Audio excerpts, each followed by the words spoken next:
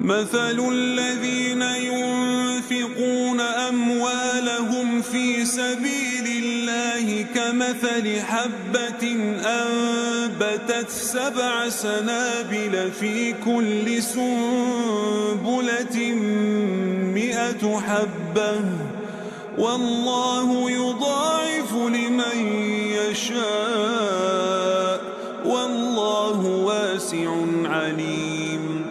الذين ينفقون أموالهم في سبيل الله ثم لا يتبعون ما أنفقوا منا ولا أذى لهم أجرهم عند ربهم ولا خوف عليهم ولا هم يحزنون. قول معروف ومغفرة خير من صدقة يتبعها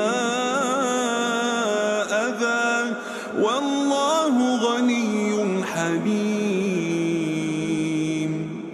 يا أيها الذين آمنوا لا تبطلوا صدقاتكم بالمن والأذى كالذي ينفق ماله رئاء الناس ولا يؤمن بالله واليوم الآخر فمثله كمثل صفوان عليه تراب فأصابه وابل فتركه صلدا لا يقدرون على شيء مما كسبوا والله لا يهدي القوم الكافرين.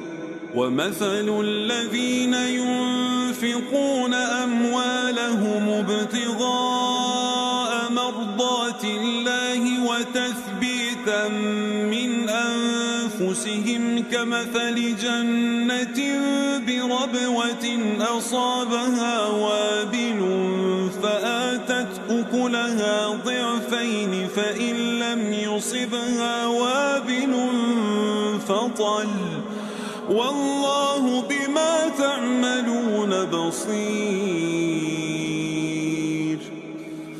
أيود أحدكم أن تكون له جنة من نخيل وأعناب تجري من تحتها الأنهار له فيها من كل الثمرات وأصابه الكبر وله ذرية ضعفاء فأصابها إعصار فيه نار فاحترقت كذلك يبين الله لكم الآيات لعلكم تتفكرون. يا